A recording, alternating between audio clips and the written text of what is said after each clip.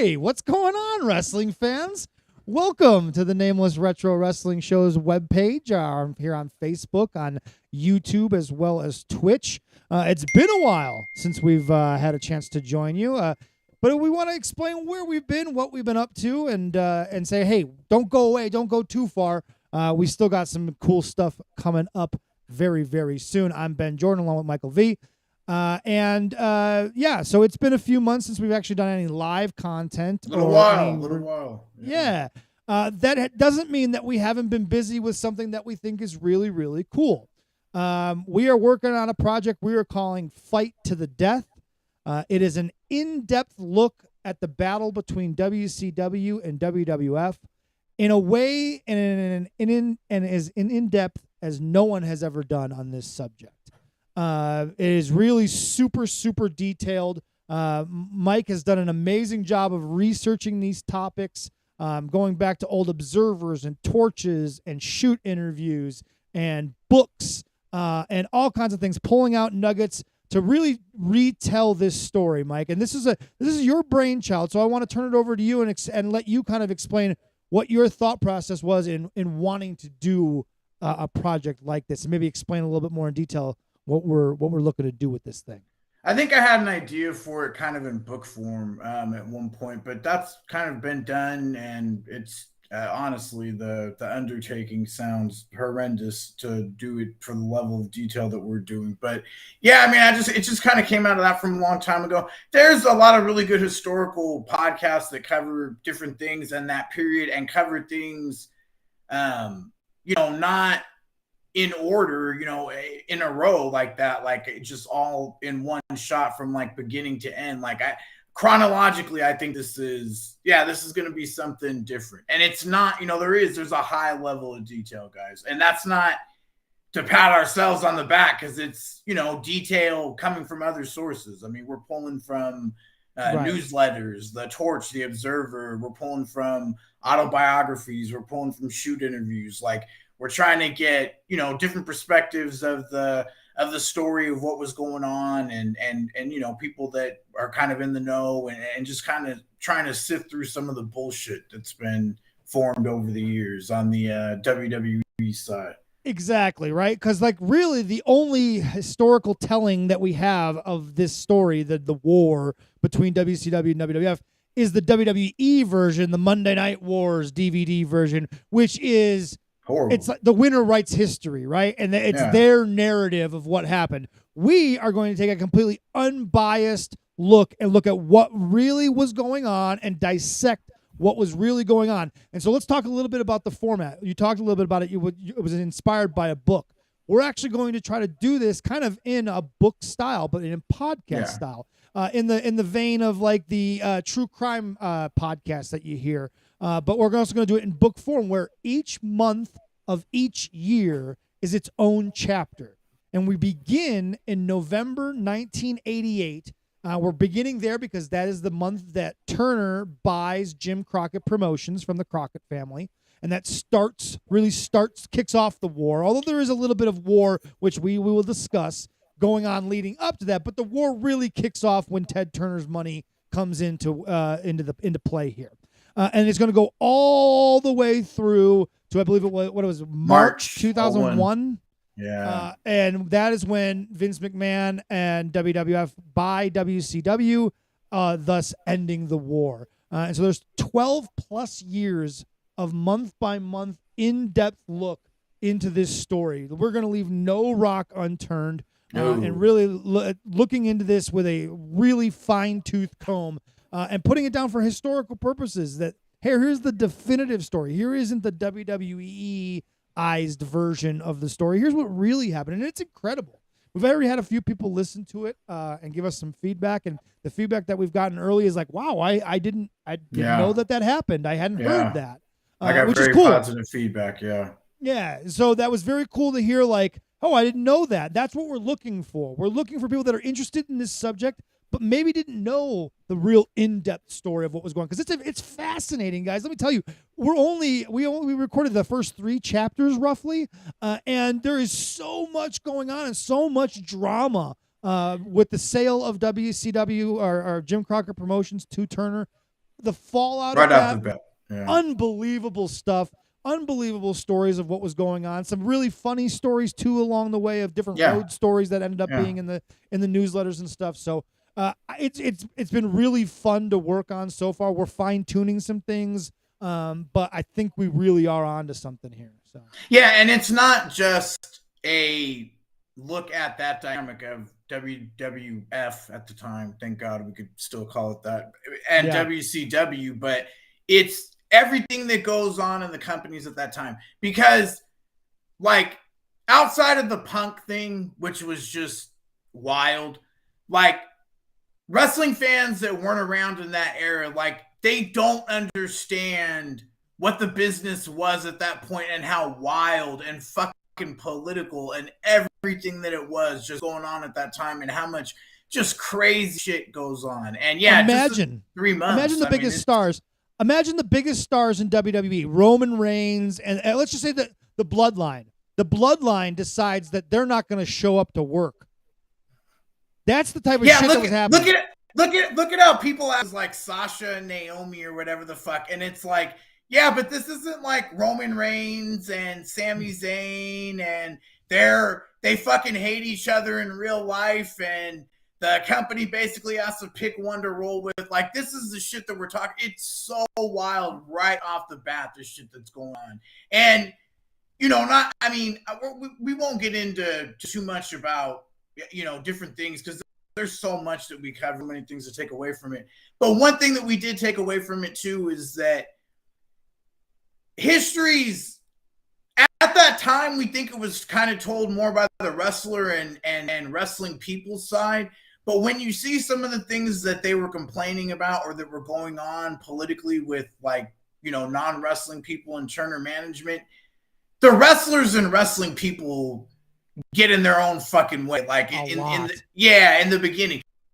And it's not to say WW, by any stretch of the imagination had, like, this competent management team, but it's like some of this shit is like, okay, you guys just feel insulted that they're telling you how to run your bankrupt business. Like, that 100%. Not to spoil too much, but that is the crux of a lot of drama in the early days of WCW. 100%. Yeah, people don't feel entitled to show up to work. Like, it's crazy. Like, the world champion and the booker decide they're not going to show up to work because they're pissed off. It's crazy. And like you and I, we've gone back and forth to, like, NBA stuff and taking days off, but, like, this is like a whole nother level of just, like, this isn't like, hey, this is good for my body, I need the time. It's, this guy said this about me, or he tried this move behind my back, and fuck him, now I'm just not coming. Like, it's so crazy. And the losers are the fans, because the replacement matches are always worse than the matches that were advertised. So, definitely. So a little bit more on the format, to kind of give you a little bit more in depth on the format, right? So we're going to do it in kind of segments. The first thing, the opening segment, if you will, of each chapter will be kind of the big story, the overriding story. What is the big story of that month? For instance, obviously the first chapter is the sale of Jim Crockett Promotions. But for instance, the next month is Starrcade. Starrcade is a big deal, so that's the big story. There's a lot of stuff going on around the card, backstage machinations of what's going on. Excuse me. Oh, that came out of nowhere. We haven't done this show in so long. I know. The pipes are bad. I know, right? Excuse me. So we get into some of the big stories that have for both sides, right? Then we transition and we break it down on a week-to-week basis. And intermingling in that, we're watching television shows. We're watching segments from the television shows. We're watching certain matches. We're watching certain storylines. And then we're going to comment about those things as we watch them and how they work. And when you see them with the stories of what's going on behind the scenes, it makes what's going on the screen even more intriguing. And to that point, we watched a lot of Barry Windham in late 1988 and early 1989. Yeah. And it is so mind-blowing how good Barry Windham is in that period. He carries WCW, and you forget about that. It's like a lost period, and you don't remember that for Barry Windham. And I don't think people appreciate Barry Windham and how fucking awesome he is. And if you don't, you should go back and watch his shit in late 1988. He's working with Flair as a tag team, and they're wrestling guys like Eddie Gilbert and Bam Bam Bigelow and the Midnight Express, and they're fucking killing it every time. Barry Windham is on fire, and that's the kind of shit that we want to also like enlighten people to. Is like, man, you'll never believe this. There's this match from like December 1988. You'll never believe this shit. Yeah. You guys got to go back and watch this. Yeah, because everybody remembers that Flair and Wyndham Midnight Express match because it was at a Clash, but they worked several tag matches together, and god damn, they're so fucking good. I mean, they're so good as a team. I mean, they're unbelievable. And I mean, you could case at this time with a straight face. I mean, they could be the two best workers in North America at this time too. I mean, very well. That case. Yeah, I agree. They're tremendous. But I mean, it's fun to go back between what's out there on the internet and my vast wrestling especially WCW collection too. Like this is a fun fucking way for us to go back and watch it that I haven't watched in fucking forever. Hell yeah, I agree, man. I've seen some fun shit. Yeah, really enjoyed both shows. Both sides television shows in their own way have been entertaining. You're talking about. Better, yeah. Well, we're about to hit a shit era though, and we kind of already started. But we already started, but there's still an appreciation even for that for me. So I've really gotten into it, going back and watching it, and really ingraining myself in the television and watching it that way. And talk about big stories that we talk about on a week to week basis, kind of break down. We also talk about attendances and TV ratings at the end of each episode and pay-per-views, right? And one of the big things very early on that we found out when we start talking about these numbers is that Hulk Hogan and Big Boss Man do a crap load of business together. Yeah. They are as hot as a goddamn firecracker in late 1988, early 1989. They are carrying the business. That's the run of Boss Man's career. Yeah. And also, we found out some, again, and this is only all on the surface, believe me, we do have deeper discussions about it, but even that, Randy Savage as a draw as champion is not lighting the world on fire at this time.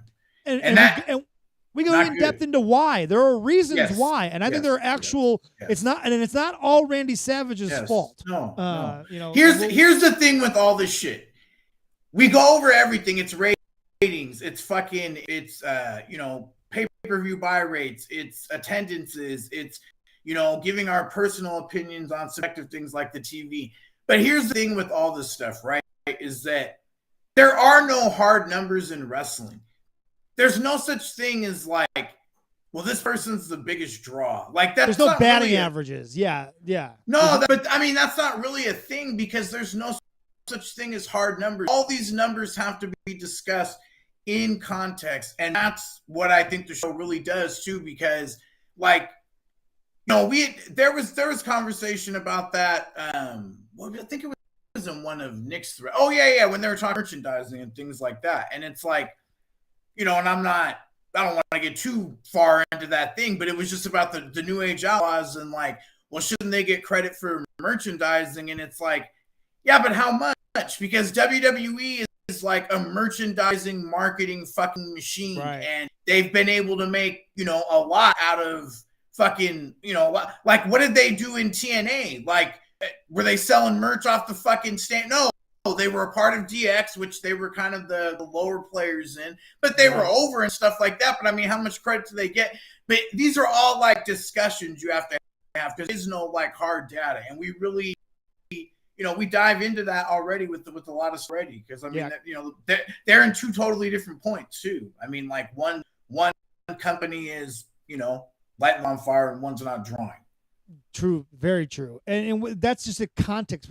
Painting a complete picture and supplying the proper context to what is going on and what went on, I think, is where this is going to differentiate itself from a lot of other tellings of this story. So I'm really excited about it. I know you're really excited about it. We've gotten some great feedback from the few people that we've We've listened to it. Our buddy Derek St. Holmes will be a contributor, I'm sure, along the way. He listened to it and had some positive feedback and some things to tell us about that. So we're really looking forward to putting this out. But we didn't want to take up a lot of your time here. We just wanted to drop in and say hello and say we didn't forget about you, and please don't go away. We expect Chapter 1 to drop here hopefully soon, but we want to make sure that it is perfect. And this is going to be audio only too. Yes, 100% podcast. You won't get to see our dumb faces. It's just going to be audio only, so that you can listen to it at your leisure in your ear if you're at work, and that's the way you listen to podcasts.